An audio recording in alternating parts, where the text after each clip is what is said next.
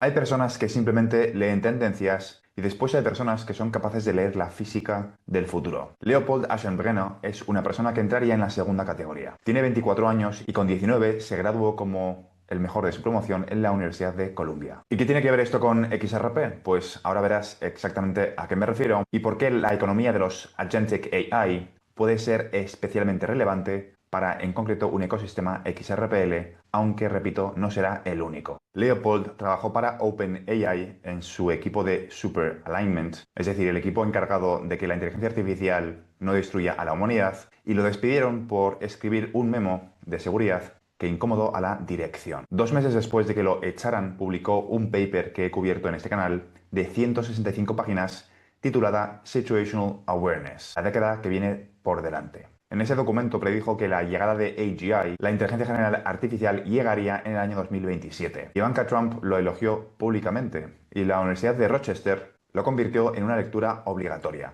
Lo más importante de todo esto es que él apostó con todo lo que tenía. Y aquí es cuando la historia se empieza a poner interesante. En septiembre del año 2024 lanzó un hedge fund con más de 225 millones de dólares iniciales. Un año después, su cartera de posiciones públicas en bolsa alcanzaba los 5.520 millones de dólares y todo ello en menos de 12 meses. No estamos hablando lógicamente de un assets under management real, la mayor parte de ello es apalancamiento en opciones, pero la tesis fue tan precisa que el fondo retornó un 47% en el primer semestre del 2025, frente a un 6% del S&P 500. Y hay algo más, su prometida es Avital Balwit, jefe del gabinete del CEO de Anthropic, la empresa que compite directamente con OpenAI. Dos personas en el epicentro del mayor cambio tecnológico en décadas, apostando juntos a que todo va a pasar exactamente como predijeron. Y sí, es cierto que muchísimos analistas están diciendo y explicando con datos y con fundamento que estamos en mitad de una burbuja de la IA. Pero esa no es la reflexión que quiero compartir contigo en este vídeo, sino el análisis y su criterio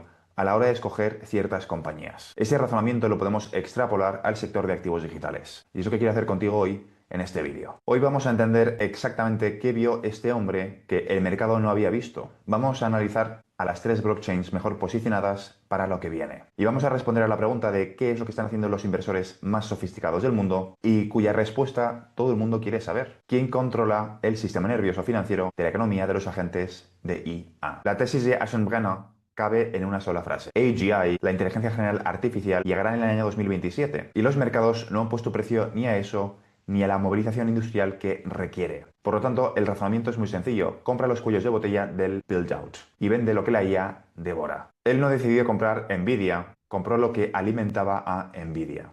Y luego fue rotando según identificaba cuál era el siguiente cuello de botella. Es decir, necesita, por tu parte y por parte de los inversores, estar atento a corto plazo a las necesidades de la industria. Eso es lo que hace este portfolio diferente. No es una apuesta sobre quién ganará la carrera de la IA, sino sobre qué necesita cualquier ganador para existir. Y hay una serie de verticales que quiero analizar contigo que, repito, podremos extrapolar esos razonamientos al sector de activos digitales. La primera vertical es la energía. Es un cuello de botella que nadie vio o que muy pocos vieron. Este cuello de botella representaba en torno al 35% de su portfolio y sus posiciones son básicamente las siguientes: Bloom Energy, Vistra, Constellation Energy y Power Solutions International. Bloom Energy hace fuel cells de óxido sólido, básicamente generadores on-site que un data center puede instalar para no depender de la red eléctrica congestionada. Aschenbrenner compró antes que la acción subiera un 176%. Y la razón es muy simple. Los data centers de IA consumen la electricidad equivalente a países enteros. Y la red no puede crecer a ese ritmo. OpenAI gasta más de $700.000 en un solo día de compute. Anthropic, Mistral y decenas de labs tienen facturas similares. Cuando entrenas un modelo del tamaño de GPT-5, no tienes un problema de chips, tienes un problema de megavatios. La vertical número 2 representa un 25% del portfolio y está centrada en un concepto: Compute Cloud, donde hay dos compañías principalmente: CoreWave y Applied Digital. CoreWave era una empresa que pocos conocían. Aschenbrenner compró calls masivamente cuando cotizaba a precios que no reflejaban el pipeline de contratos que tenía con los labs de IA. Como consecuencia, la acción subió un 63% en el periodo analizado. En febrero del año 2026, Core Scientific rechazó una oferta de adquisición de 9.000 millones de dólares para mantener su independencia como proveedor crítico de infraestructura. ¿Cuál fue la tesis? Los hyperscalers. Microsoft, Google, Amazon no pueden construir suficientes data centers con la velocidad que necesitan y como consecuencia los GPU clouds se convierten en una infraestructura crítica. Vamos con la tercera vertical. Esta tercera vertical es la apuesta más contraintuitiva y representa un 20% de su portfolio. Mineros de Bitcoin que pivotaron hacia la IA. Efectivamente, esta tendencia que muchos Bitcoin Maxis quieren esconder. Y sus posiciones consisten en lo siguiente: Core Scientific, Eden, Riot Platforms, Hut8, Cypher Mining y Bitfarms. Esta es la vertical que más confunde a la gente. ¿Por qué comprar mineros de Bitcoin si la tesis es la IA? Pues por la sencilla razón de que la respuesta está en los activos físicos. Los mineros tienen megavatios contratados, sistemas de cooling industrial, halls de servidores ya construidos y conexiones eléctricas de alta capacidad. Todo lo que un data center de IA necesita. Y lo tienen a una fracción del coste de construirlo desde cero. Del año 2025 al año 2026, estas empresas aseguraron más de 700.000 millones de dólares en contratos acumulados para workloads de IA. Eden firmó un contrato de 9.700 millones de dólares con Microsoft. Hut8 firmó 7.000 millones de dólares con Fluidstack, respaldado por Google. Y Core Scientific firmó 10.000 millones de dólares con CoreWave.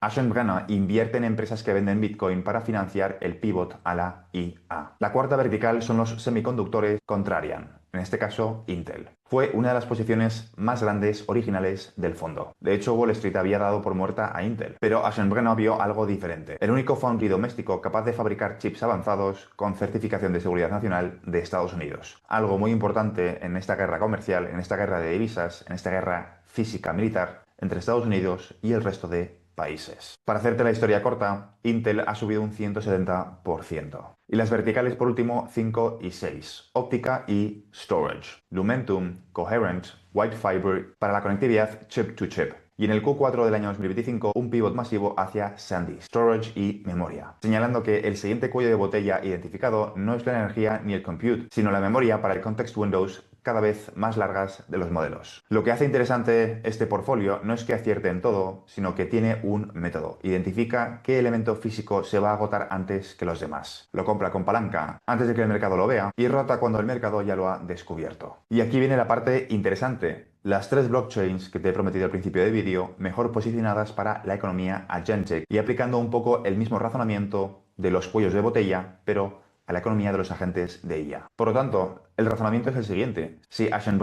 compró los cuellos de botella físicos de la IA, ¿cuáles son los cuellos de botella del sistema financiero de los agentes? 3 protocolos destacan, tienen respuestas distintas y son, lo importante, complementarias. Y ya sabéis que yo no soy muy fan de la siguiente red porque la he criticado muchísimo tiempo, pero tiene un caso de uso bastante concreto. Me refiero a la red de Solana. La red de Solana que he criticado muchísimas veces porque, por desgracia, acaparó muchísimos titulares porque consiguió durante un trimestre que la red no se cayese. Pero aún así es el rail de micropagos donde viven los agentes hoy. Solana no nació para los agentes de IA, nació para DeFi y NFTs, pero su arquitectura resalta ser exactamente lo que un agente necesita para pagar APIs una y otra vez en tiempo real. Repito, esto no significa que el resto de blockchains no sirvan. Te estoy hablando de casos de uso diferentes dependiendo de lo que haga el agente de IA. El 5 de mayo del año 2026, literalmente esta semana, la Solana Foundation y Google Cloud anunciaron Pay.sh.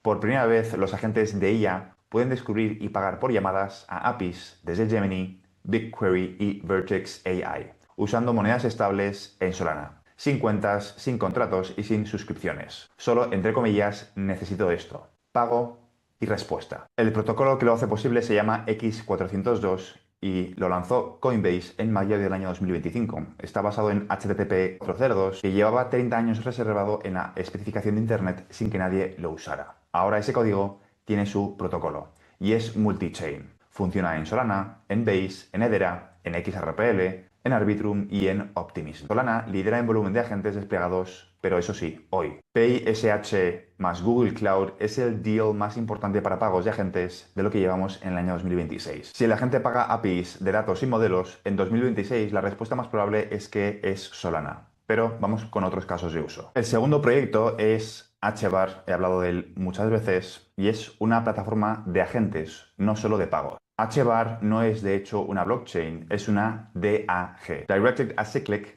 Graph, con consenso asincrónico. Esa diferencia técnica importa. ¿Por qué? Porque significa que no hay límite de bloque. El throughput teórico es de 10.000 transacciones por segundo con una finality de 3 a 5 segundos. Y lo más importante, los fees están denominados en dólares, no en el token. Sabes exactamente cuánto vas a pagar antes de la transacción. Pero lo que hace que HBAR sea diferente no es la velocidad, es que construyó el stack completo para que los agentes sean ciudadanos de primera clase del protocolo. Me refiero a lo siguiente: 4 códigos HCS10, 11, 14 y HIP 991. Voy a dejarme de tecnicismos, simplemente voy a ir al grano. Son básicamente protocolos estándar para que los agentes se registren, se descubran y se comuniquen entre sí. Conexiones agente a agente y humano a agente. Estos protocolos, cada uno por separado, permiten que cualquier operador de un topic puede cobrar un fee customizado en HBAR o en cualquier token HTS. Es decir, un agente puede monetizar sus servicios directamente en el protocolo. También estos protocolos que ha incorporado HBAR permiten un perfil estándar de identidad de